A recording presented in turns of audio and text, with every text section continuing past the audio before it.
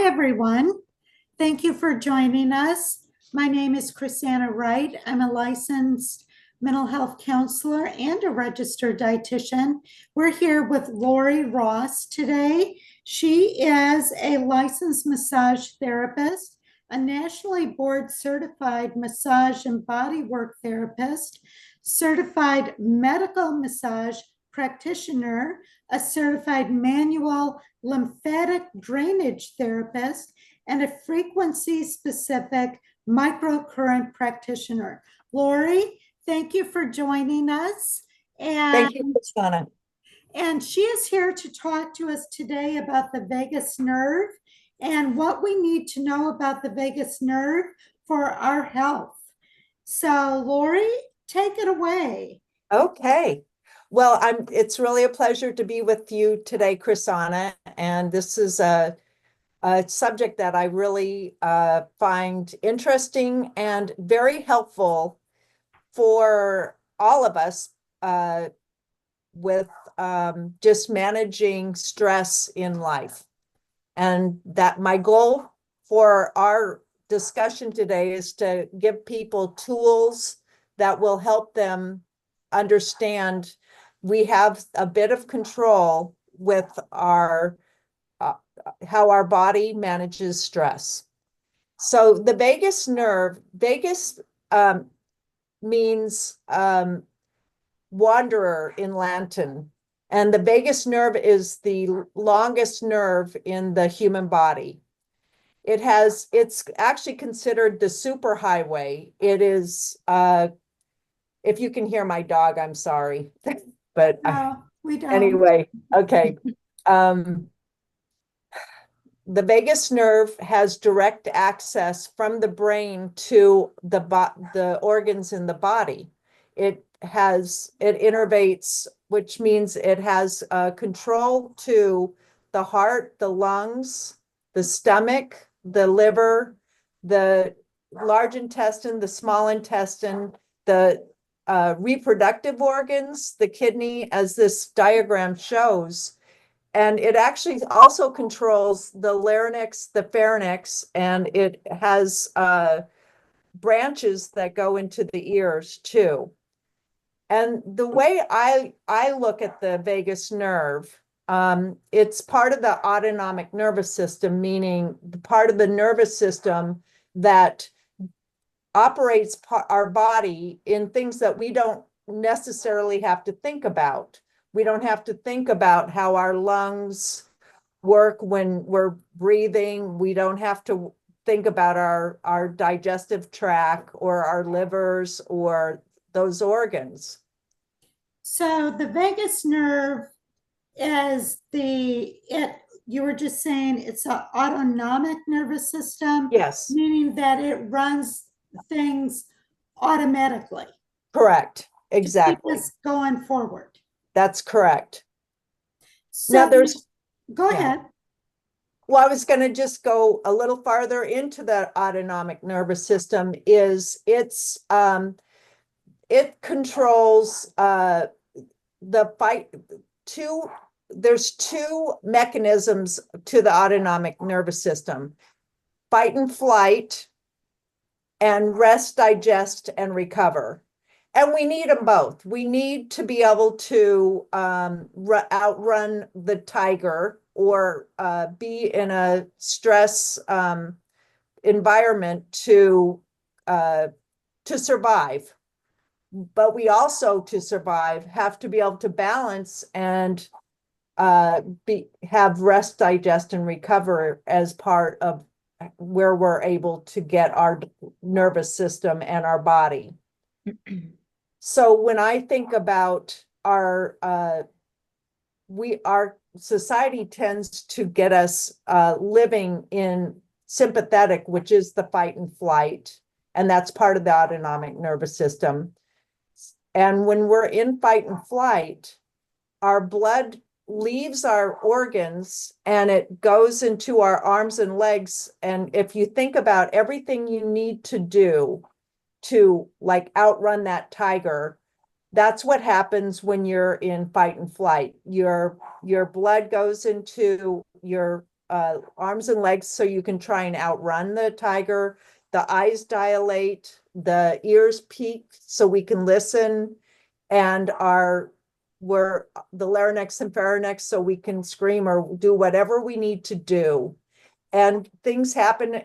The brain doesn't know the difference between a tiger at the door or your boss saying, get in my office in 5 minutes. The brain looks at stress the same way. So we have to know that when we're in stress, we're not able to digest our lunch, because you don't need to digest your lunch if you're being chased by a tiger. And that's okay. But then we also have to come back and balance that and get into rest, digest, and recover. So, what role does the vagus nerve play in regulating our heart rate, weight management, mental balance, and digestion?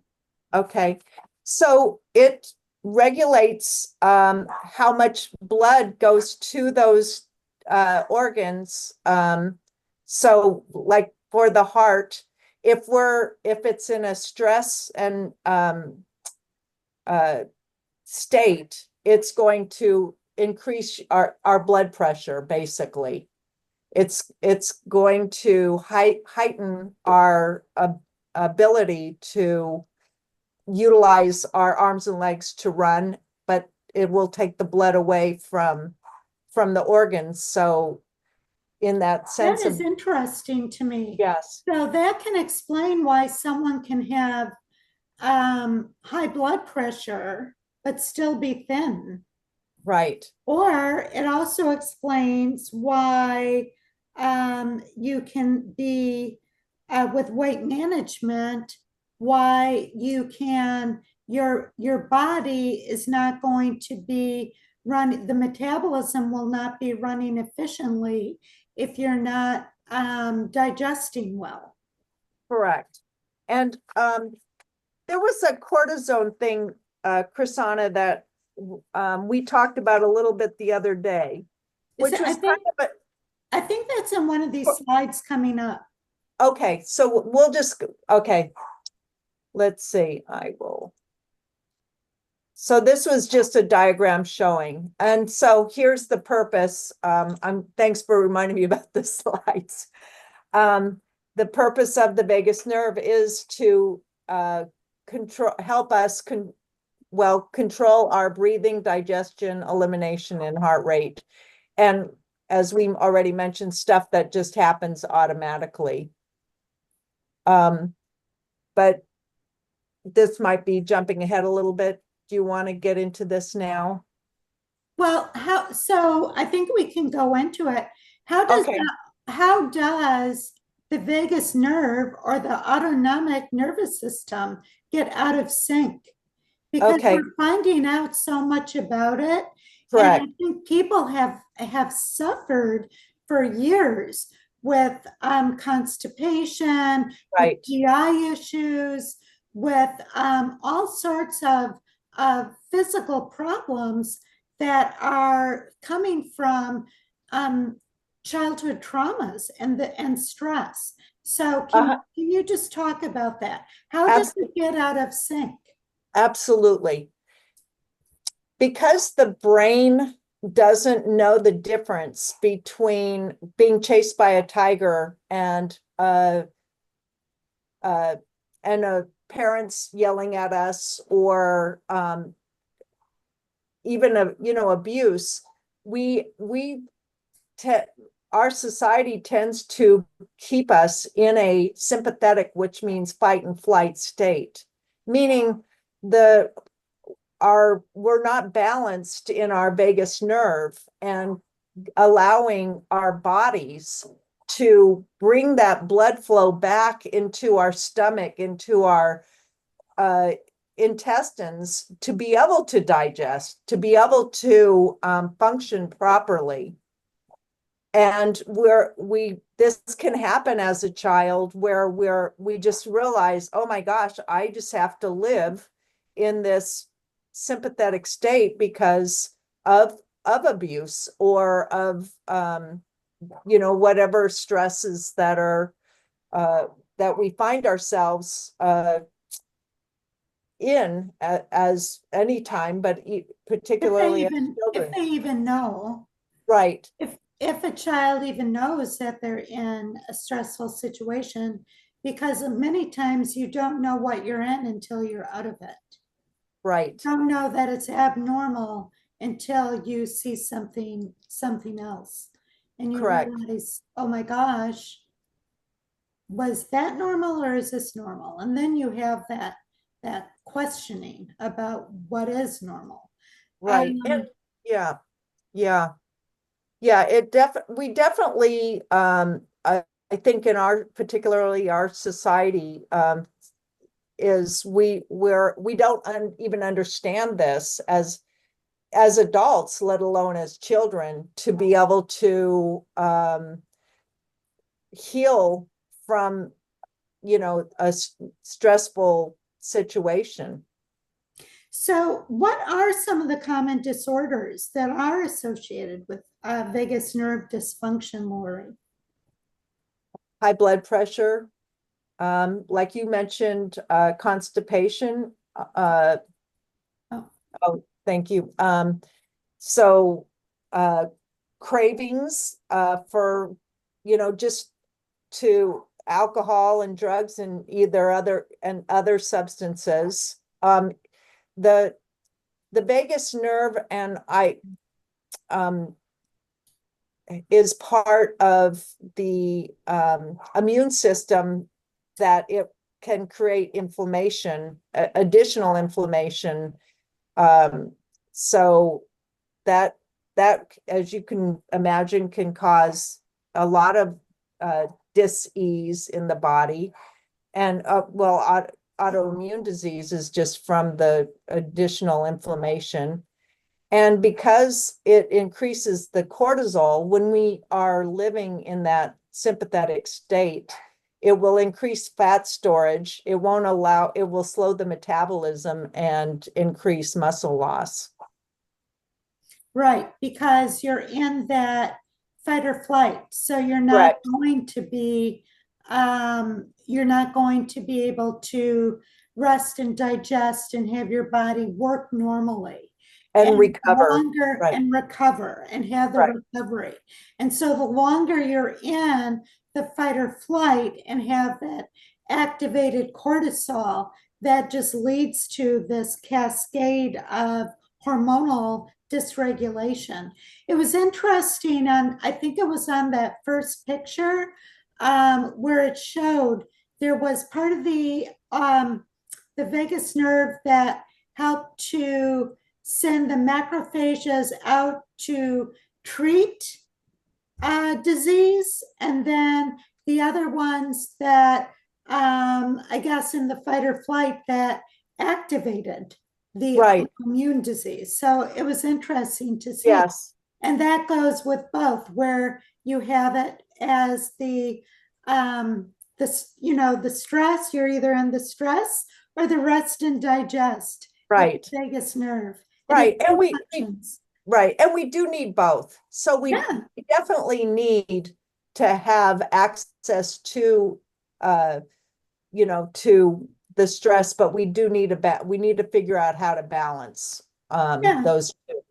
Yeah, because if a tiger comes up to you and the tiger pounces on you, what do we call that? No boundaries. Right. You don't know how to run. That's called having no fight or flight. That's just going, okay. Right. That's no boundaries. Right. Right. So can you restore the vagus nerve? Yes. And yes, a big yes. And it's that's the fun part about this conversation is there's actually fun ways to restore the vagus nerve. We'll go to the next. But let's just, before we do that, we need to be curious because we need to know that we're in that fight and flight. So we have to be curious scientists about our pain and sensations. We need to kind of feel what we're feeling. Do we feel like our heart rate's going up? Do we notice that we're constipated? Do we notice these things in our body? Not saying to not get treatment if we're in pain, but pain is telling us something in our bodies, and we can be a little playful more maybe with our sensations and pain and see if we can figure out what our body is trying to tell us. And I thought this was a cute slide for that. And also, when we're curious, to not be judgmental. It's not our bodies are trying to help us. They're not our enemies. They are us. And so when we feel pain or we are feeling a sensation in our body, it's trying to help us. And we don't have to be judgmental, like, oh, I hate that when I feel this way. It's like, oh, that's interesting. I haven't had a bowel movement today. I wonder what's going on. I gotta think about this. Did I not drink enough water? Am I in fight and flight? So let's be curious about our body and what question, what our body is trying to tell us Did I through get pain. off my routine? Did I get my exercise? Right, Did I right. have enough? Did I eat enough fruits and vegetables? Am I under stress? Yes. Mhm. Yeah. So here's one of the first ways that we can activate our vagus nerve to get into balance if we feel like we are in a stress fight and flight. And it's aerobic exercise. But I actually added the last line. Some of these within this slide, just having 150 minutes per week might feel daunting at beginning of someone starting to work on balancing their vagus nerve.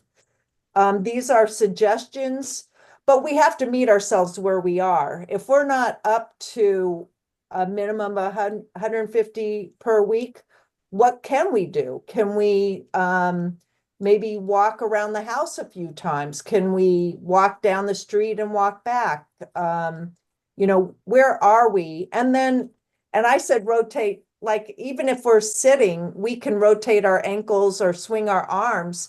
And that just some exercise, just some body movement will get us going. And usually that leads to more, so I like to, with my clients, I'm like, let's meet yourself where you are. Don't get overwhelmed, because then you're in fight and flight again. Let's just take a moment and be, just find out where we are, what we're able to commit to right now, and we can start working from there. You always tell me to do the head rolls. Yeah. So that works. now this is a kind of a fun one, and because the vagus nerve runs so close to the larynx and pharynx, gargling can activate your vagus nerve. And one of the doctors that I follow, and we'll get to his name in a little bit, he suggests at your bathroom sink, make sure you have, a glass of water. And when you're brushing your teeth in the morning and at night, just gargle for a couple minutes, and gargle loud, and that will help your activate your vagus nerve to balance it. They're suggesting putting salt water gargle. It doesn't have to be salt water. It can just be regular water, but there is some benefits to adding salt to the gargle. I went, go back here. This is hopefully a fun one. And the nice thing about it is there's a bunch of options for activating the vagus nerve, and we can pick what we feel like doing. Some days I might feel like humming, and other days I'm bolting a song, just singing. But it's the same idea, is because it's so running so close to the larynx and the pharynx. When we hum and sing, we can activate our vagus nerve. One of the things that I like to do is when I start feeling like like I'm getting into a sympathetic dominant state, like when I start feeling myself be stressed, I will hum or sing just then, right away. But I have a regular routine too, but it's my go-to tool to help me calm down and try and balance when I'm going into sympathetic in fight and flight for something like the light won't turn and I know I'm going to be late to go somewhere. I'm sitting at the stop and I'm like, need this light to turn. So I kind of feel it kind of working up, and I'll go, okay, and just hum a little bit. So, and it doesn't matter if you're on tune or not. No. The purpose is to get out of fight or flight. Correct. Right.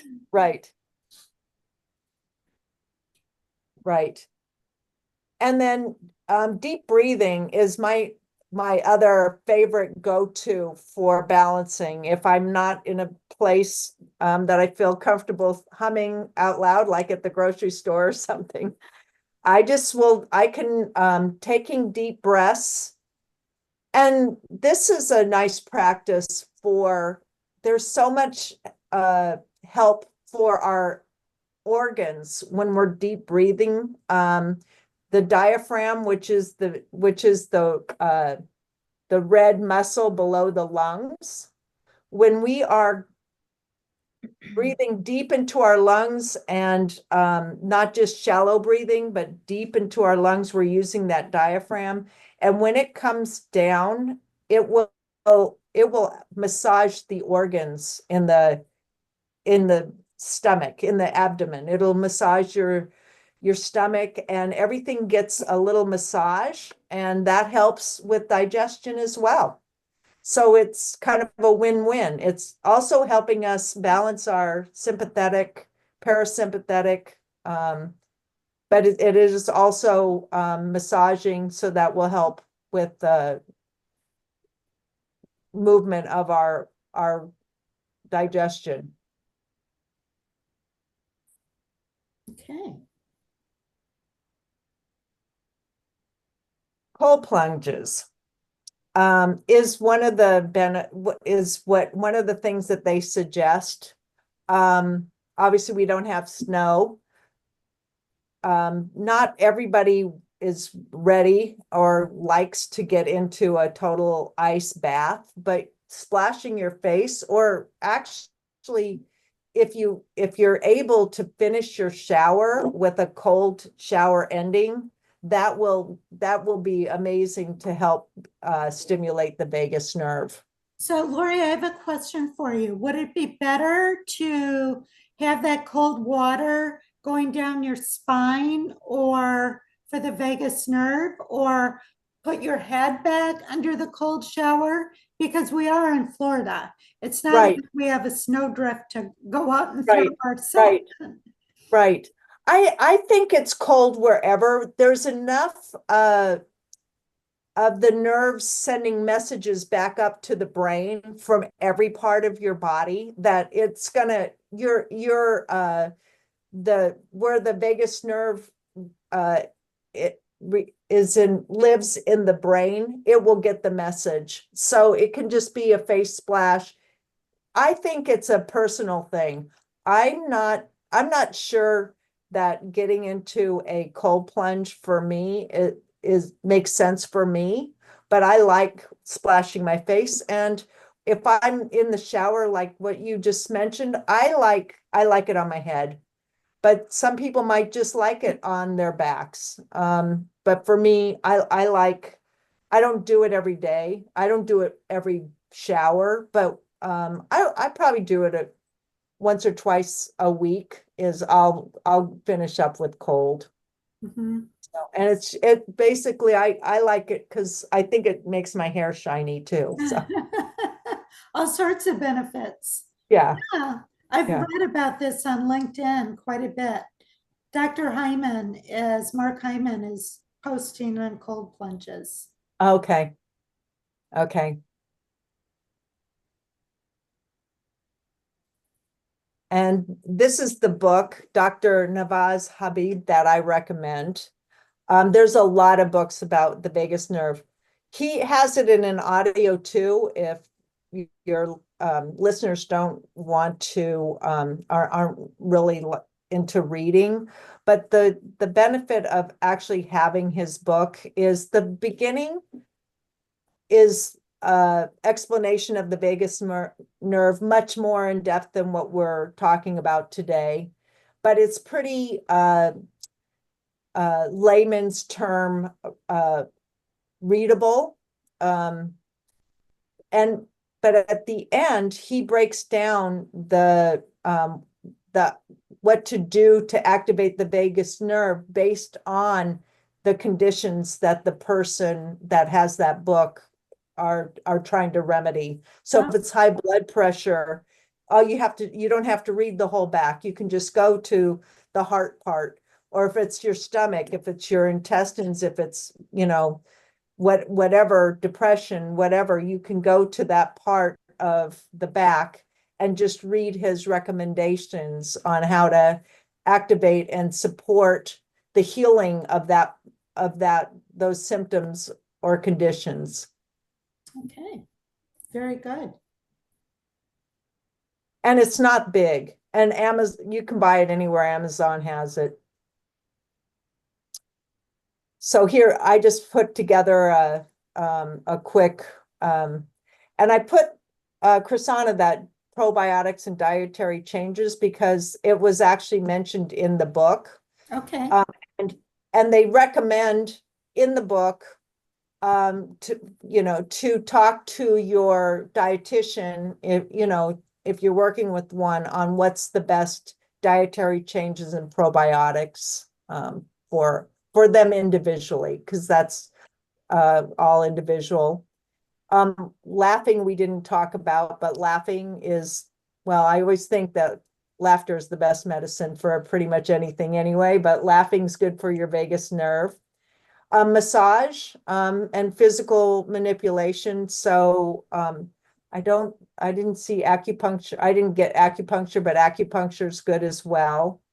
And just to realize, within our own selves, what our precautions and considerations are if we're not in a position, and people have not our medical doctors or whoever we look to for that, our recommendations say that cold exposure isn't a good therapy for us individually, then we want to go with the precautions and considerations that are right for us individually.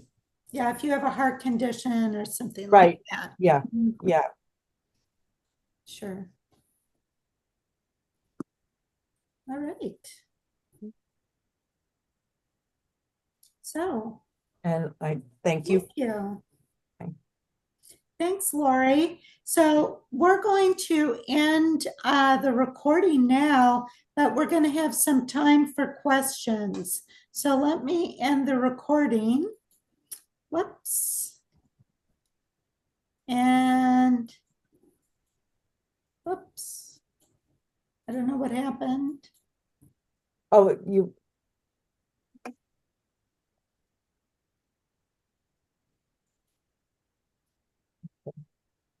Let me just go down here and stop recording.